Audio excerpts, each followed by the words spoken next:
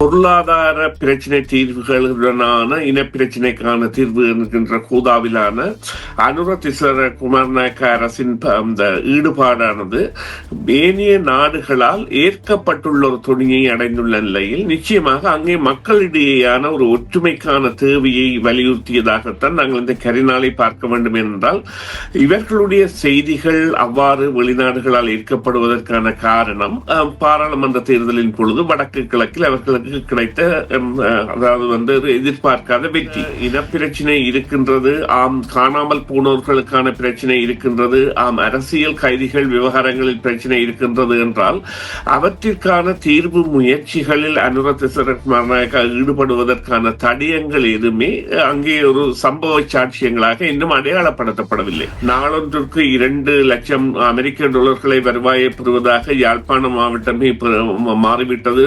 3 விமான சேவைகள் இடம்பெறுகின்றன. அதைவிட காலநிலைகளை ஒத்து கப்பல் சேவை போன்றவை இடம்பெறுகின்றது. இப்பொழுது தொழிற்சாலைகள் போன்றவற்றின் தமிழ்நாட்டிலிருந்து வரக்கூடிய சாத்தியங்கள் எல்லாம் ஏற்படுமாக இருந்தால் அதனுடைய பொருளாதாரம் என்பது நாளொன்றுக்கு 1.5 மில்லியன்களாக உயரக்கூடிய சாத்தியக்கூறுகள் எல்லாம் இருக்கின்ற தன்மை இருக்கின்றது. அதாவது இணைந்த குரலாக ஜனாதிபதியுடன் இருந்து கதைப்பான ஒரு தரப்பாக இவர்கள் இல்லை. குறிப்பாக இவ்வாறு கூறுங்கள், ஜெயசங்கர் நரேந்திர மோடியின் விசேட பிரதிநிதியாக வருகின்ற பொழுது அனைத்து கட்சி பிரதிநிதிகளும் தமிழ் பிரதிநிதிகளும் ஒன்றாக சேர்ந்து சந்தித்தார்கள். அவ்வாறான ஒரு ஒற்றுமையை ஏற்படுத்தி இலங்கை ஜனாதிபதியுடன் இருந்து கதைக்கின்ற சந்தர்ப்பத்தை அவர்கள் ஏற்படுத்த வேண்டும் என்றால் அவர்கள் இலங்கை ஆட்சி அளவுக்குள் அனுபவிக்க வேண்டிய சுதந்திரங்களை அனுபவித்துக் கொண்டிருக்கின்றார்கள். அந்த பாராளுமன்ற அல்லது மாகாண சபை மாநகர சபை அலகுகளை ஏற்று அதன் பிரயோசனங்களை எல்லாம் பெற்றுக் கொண்டிருக்கின்றார்கள். அனுர தரப்பு நிச்சயமாக அடுத்த முறை வெற்றியை மேலதிகமாக பெறும். அதற்குரிய திட்டங்களை அவர்கள் வைத்திருப்பார்கள், திட்டங்களை அறிமுகப்படுத்துவார்கள், தாங்கள் செய்த சாதனைகளை பட்டியலிடுவார்கள். அந்த தேர்தல் வருகின்ற ஆண்டில் அவர்கள் ஒரு மாற்றங்களை ஏற்படுத்துவார்கள். குறிப்பாக அரசியல் கைதிகளை விடுதலை செய்யலாம், காணாமல் போனவர்களுக்கான கொடுப்பனவுகள் கொடுக்கப்படலாம் போன்ற விடயங்கள் எல்லாம் ஏற்படலாம். என்றால் காணாமல் போனவர்கள் என்பவர்கள் 17-18 வருடங்களுக்கு மேலாகவும் உயிருடன் இருப்பார்களா என்கின்ற சந்தேகம் நிச்சயமாக எவ்வாறு தீர்க்கப்பட வேண்டும் என்றால் அந்த விசாரணை முடிவுக்கு வர வேண்டும். ஆம், அவர்கள் இனி இருக்கக்கூடிய சாத்தியக்குள்ள கூறில்லை, அவர்களுக்குரிய மரண அத்தாட்சி பத்திரத்தை வழங்குவதற்கு நாங்கள் தயாராக இருக்கின்றோம். அது என்ற பல விடயங்கள் இருக்கின்றன. ஏனென்றால் இன்னுமே அவர்கள் இருப்பார்கள் என்ற நம்பிக்கை இருப்பதற்கான சாத்தியக்கூறு அங்கே அறவே இல்லாத ஒரு சந்தர்ப்பத்தை தான் இந்த விசாரணை முன்னெடுக்கப்படாத தன்மை காட்டுகின்றது.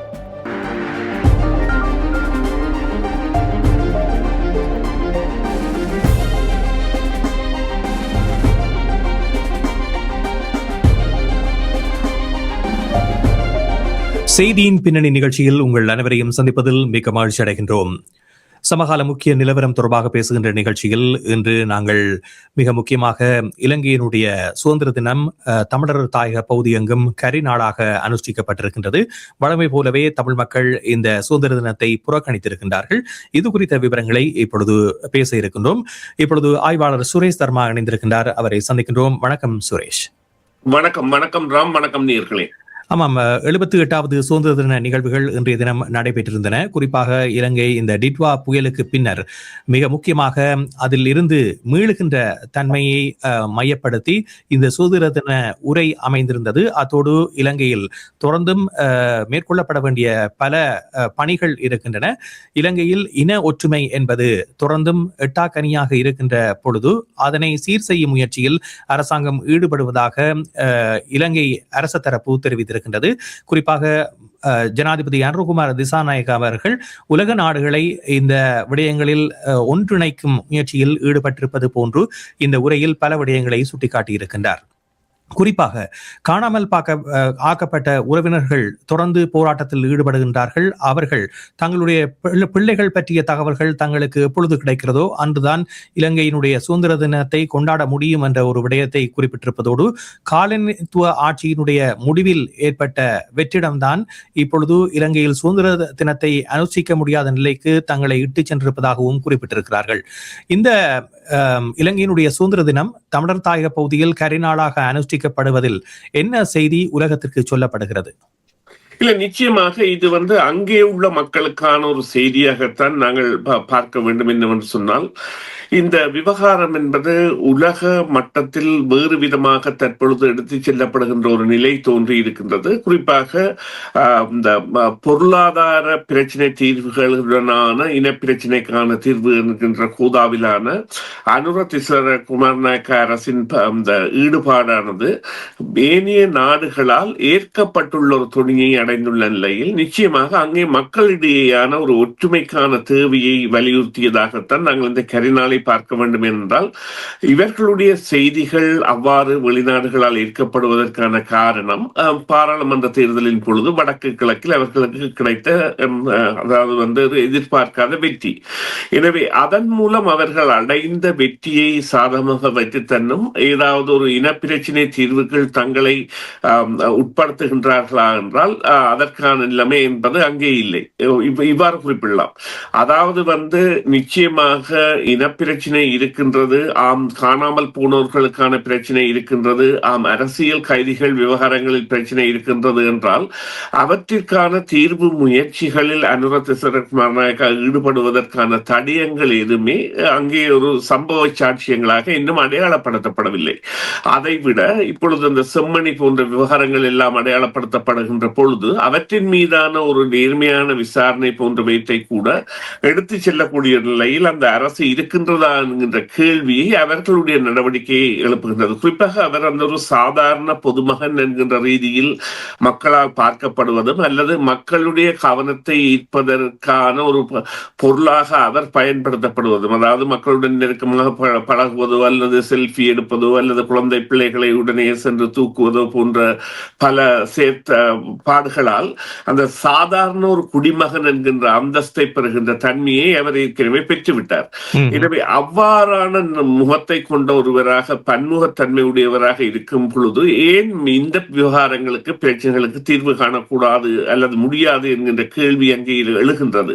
எனவே அவர்கள் திட்டமிட்ட ரீதியில் இதனை நடைமுறைப்படுத்தி செல்வதான், அதாவது ஆம் பொருளாதார முன்னேற்றங்கள் ஏற்படுகின்றன, பொருளாதார விருத்திகள் என்பன ஏற்படுகின்றன. தற்பொழுது நீங்கள் பார்த்தீர்களானால் இந்த வடக்கு கிழக்கு என்பது ஒரு பொருளாதார மையமாக மாறுவதற்கான சகல சாட்சியங்களும் அங்கே ஏற்பட்டுவிட்டன. தற்பொழுது நாளொன்றுக்கு 2 லட்சம் அமெரிக்க டாலர்களை வருவாயை பெறுவதாக யாழ்ப்பாண மாவட்டமே மாறிவிட்டது.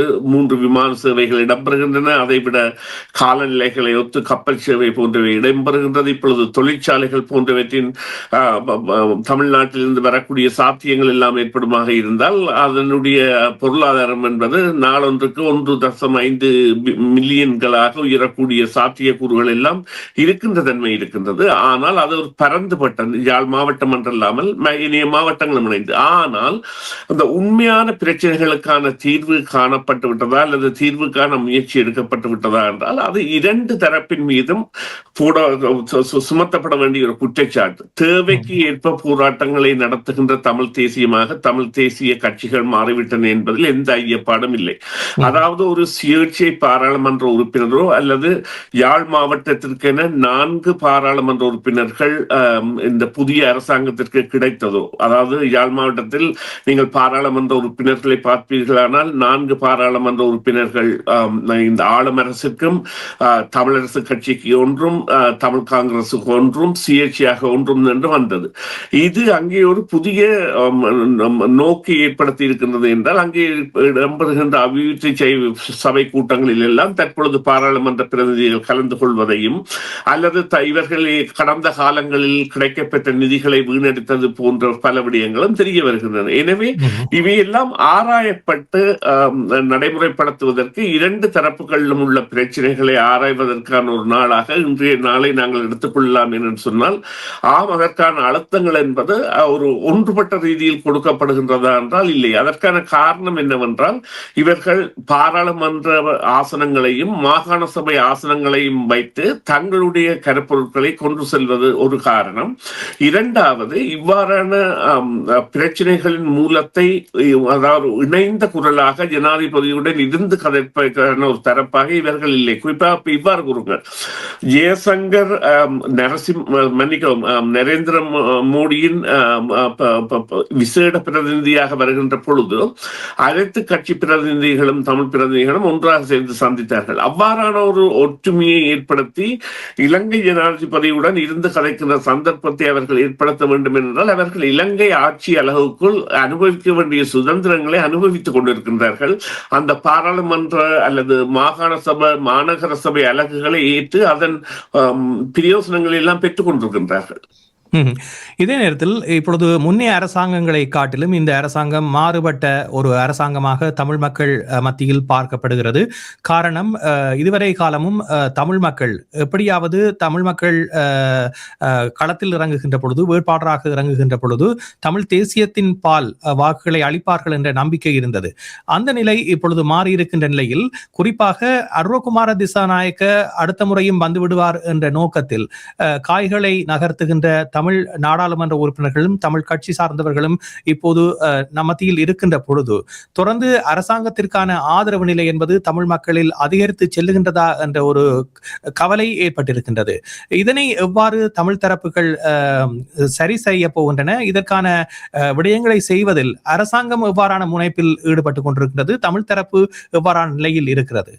அரசாங்கம் உண்மையிலேயே ஒரு அமைச்சரை கூட வைத்து, அவர் முக்கியமான அமைச்சராக, நாங்கள் அவரை எங்களுக்கு விருப்பு இருக்கின்றதோ விருப்பு இல்லையோ, அவர் ஒரு முக்கியமான நபராக அந்த ஆட்சிப்படத்தில் இருக்கின்றார். அதை விட அருண் ஹேமச்சந்திர திருகோணமலையை சேர்ந்தவர் பிரதி வெளிவிவகார அமைச்சராக இருக்கின்றார். அதை விட யசோதரா என்ற மல்லையகத்தை சேர்ந்தவர் பெண் விவகாரங்களுக்கான ஒரு பெரிய பொறுப்பு அமைச்சராக இருக்கின்றார். எனவே வடக்குக்கான அமைச்சராக இருப்பவரோ, கிழக்குக்கான அமைச்சராக இருப்பவரோ, அல்லது மலையகத்திற்கான அமைச்சராக இருப்பவரோ தமிழ் அமைச்சர்களாக இருந்தும் என்னத்தை தங்களால் சாதிக்க முடியும் என்பதை நிரூபிக்க வேண்டிய தேவை அவர்களுக்கு இன்னும் 2 வருடங்களுக்கு இருக்கின்றது. அவர்கள் கூட தேர்தலில் வருகின்ற பொழுதுதான் தங்களுடைய சில நடவடிக்கைகளை செய்வதற்கு காத்திருக்கின்றார்கள் என்கின்ற சந்தேகம் இருக்கின்றது. ஏனென்றால் அது வாக்கு வங்கியை இரட்டடிப்பாக்கும்.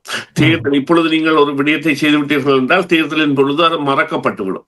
அவ்வாறானது இல்லாமல் தேர்தல் வருகின்ற ஆண்டில் பரதை செய்பவர்களாக இருப்பார்கள். ஆனால் தமிழ் தேசியம் சார்ந்த வகையில் அது எங்களுக்கு கிடைத்த சாபமாக அல்லது எங்களுடைய இனத்தின் ஒரு அதாவது ஒரு மழுங்கடிக்கப்படுகின்ற சக்தியாக மாறிவிட்டார்கள் என்பதில் எந்தவித ஐயப்பாடும் இல்லை. அதாவது அவர்களை இப்பொழுது மக்கள் மதிக்கின்ற அளவிற்கு இல்லாமல் அவர்கள் மீதான குற்றச்சாட்டுகள் என்பன மதுபான சாலை அனுமதி பெற்றது போன்ற விவகாரங்கள் இருந்து அனைத்துமே அவர்களை ஒரு அவமானத்திற்குரியவர்களாக மாற்றிவிட்டது. இந்த நிலையில் அவர்கள் ஒன்றுபட்ட தலைமையாக இணைந்து செயற்படுவார்களா என்றால் இப்பொழுது இவ்வாறு பார்க்கலாம். தமிழ் தேசியத்தின் பால் பிரதிநிதித்துவப்படுத்தப்பட வேண்டிய பாராளுமன்ற உறுப்பினர் மீதான குற்றச்சாட்டு, அவர் 8-9 விவகாரங்களில் அரசுடன் ஒத்து வாக்களித்தார். ராணுவ அதிகாரிக்கு கூட ஒரு பெரிய பதவிக்கு ஏனைய எதிர்கட்சிகள் வாக்களிக்காத பொழுது வாக்களித்தார் என்கின்ற குற்றச்சாட்டுகள் எல்லாம் முன்வைக்கப்படுகின்றன. எனவே அங்கே ஒரு அந்த ஒருமித்த தன்மை என்பது இல்லாமல் செல்கின்றது. இது ஒரு கவலைக்குரியது. ஆனால் நிச்சயமாக இது அவர்கள் தாங்களாகவே உணராத பட்சத்தில் நிச்சயமாக அனுரா தரப்பு நிச்சயமாக அடுத்த முறை வெற்றியை மேலதிகமாக பெறும். அதற்குரிய திட்டங்களை அவர்கள் வைத்திருப்பார்கள். திட்டங்களை அறிமுகப்படுத்துவார்கள். தாங்கள் செய்த சாதனைகளை பட்டியலிடுவார்கள். அந்த தேர்தல் வருகின்ற ஆண்டில் அவர்கள் ஒரு மாற்றங்களை ஏற்படுத்துவார்கள். குறிப்பாக அரசியல் கைதிகளை விடுதலை செய்யலாம், காணாமல் போனவர்களுக்கான கொடுப்பனவுகள் கொடுக்கப்படலாம் போன்ற விடயங்கள் எல்லாம் ஏற்படலாம். என்றால் காணாமல் போனவர்கள் என்பவர்கள் 17-18 வருடங்களுக்கு மேலாகவும் உயிருடன் இருப்பார்களா என்கின்ற சந்தேகம் நிச்சயமாக எவ்வாறு தீர்க்கப்பட வேண்டும் என்றால் அந்த விசாரணை முடிவுக்கு வர வேண்டும். அவர்கள் இனி இருக்கக்கூடிய சாத்தியக்குள்ள கூறில்லை, அவர்களுக்குரிய மரண அத்தாட்சி பத்திரத்தை வழங்குவதற்கு நாங்கள் தயாராக இருக்கின்றோம். அது என்ற பல விடயங்கள் இருக்கின்றன. ஏனென்றால் இன்னுமே அவர்கள் இருப்பார்கள் என்ற நம்பிக்கை இருப்பதற்கான சாத்தியக்கூறு அங்கே அறவே இல்லாத ஒரு சந்தர்ப்பத்தை தான் இந்த விசாரணை முன்னெடுக்கப்படாத தன்மை காட்டுகின்றது. அதைத்தான் உங்களுடைய கேள்விக்கான பதிலாக கூறலாம். ஆமாம், காணாமல் ஆக்கப்பட்ட உறவினர்களும் சரி, போரினால் பாதிக்கப்பட்டவர்களும் சரி, தங்களுடைய எதிர்பார்ப்புகளையும் ஏக்கங்களையும் தொடர்ந்து வெளியிட்டு வருபவர்களாக இருக்கிறார்கள். அதனை கரிநாளில் கூட அவர்கள் வெளிப்படுத்தி இருக்கின்றார்கள். இந்த இலங்கையினுடைய சுதந்திர தினம் என்பது தமிழ் மக்களை பொறுத்தவரையில் இன்னும் தீர்வுகள் கிடைக்காத ஒரு நாளாகவே கடந்து செல்கின்றது. அதற்கான ஒத்துழைப்பை வழங்கக்கூடிய நிலையில் தமிழ் அரசியல் தலைமைகளும் இல்லாதது என்பது ஒரு கவலைக்குரிய விடயமாகவே மாறியிருக்கின்றது. இலங்கையினுடைய 78வது சுதந்திர தினம் என்பது வழமை போல் ஆர்ப்பாட்டங்கள் இல்லாத ஒரு அமைதியான சுதந்திர நிகழ்வாக நடைபெற்று முடிந்திருக்கின்றது. நன்றி சுரேஷ், நிகழ்ச்சியில் கலந்து கொண்டமைக்கு. மீண்டும் மற்றொரு சந்தர்ப்பத்திலே பேசுவோம். நன்றி ராம், நன்றி நேயர்களே, மீண்டும் ஒரு பொழுதில் சந்திப்போம். சிஎம்ஆர் யூடியூப் சேனலில் இணைந்திருக்கும் நேர்கள் அனைவருக்கும் எமது நன்றி. காமெண்ட்ஸ் பகுதியில் உங்கள் கருத்துக்களை தெரிவிக்க தவறாதீர்கள். முக்கிய செய்திகள், காணொளி தொகுப்புகள், நேர்காணல் என பலதரப்பட்ட அம்சங்களையும் உங்களுக்காக தருகின்றது சிஎம்ஆர் யூடியூப் சேனல். சிஎம்ஆர் என்று சர்ச் செய்து எமது யூடியூப் சேனலை சப்ஸ்கிரைப் பண்ணுங்கள். உங்கள் உற்றார் உறவினர் நண்பர்களோடும் இந்த காணொளி தொகுப்புகளை பகிர்ந்து கொள்ளுங்கள். அருகில் இருக்கின்ற முக்கிய காணொளி தொகுப்புகளையும் தவறவிடாமல் பாருங்கள்.